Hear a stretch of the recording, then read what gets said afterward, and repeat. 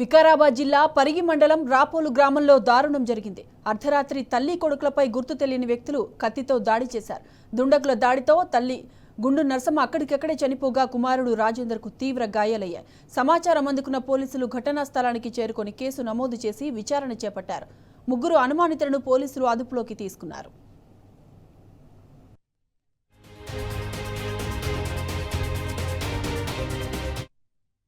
నా పెళ్ళాన్ని చంపిండ్రు. ముందు నా పెళ్ళం తాని కొడుకుని లేపుతాని చంపిండ్రు. చంపినాక నా కొడుకుని ఎక్కడ దొరికితే ఒడిచిండ్రు. ఈడ పొడిచిండ్రు, ఈ ఈపులో పొడిచిండ్రు.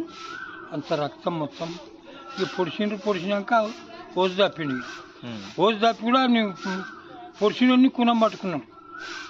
ఈ ఇద్దరు అయితే చెప్పే ఇంకోసారి వచ్చిండు. ఇక సత్యమూల అందులో ఫోన్ ఇస్తలేరంట పోలీసు వాళ్ళు. ఎంతమంది వచ్చిందో ఒక్కటే సార్ నేను ఇంటికి వచ్చినప్పుడు నేను లేని ఇంటికాడ నేనుంటే అట్లా కాదు ఇంటికాడ నాకు వాళ్ళు పంగి చూసింది నాది మొత్తం.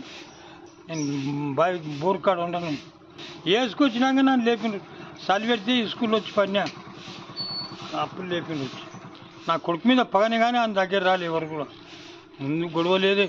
ఇక వాళ్ళకి దేవునికి ఎరకాలకి ఈ తాగబోతు పని కాదు సార్. నేను అట్లా వెనకటి మనిషి నాకేం తెలియదు. నా పెళ్ళం మాలిగిపోయింది. నిన్ననే వచ్చింది పాడాలి. నీ అక్కడ ఉన్న బిడిస్తాను అని బతికిపోవు.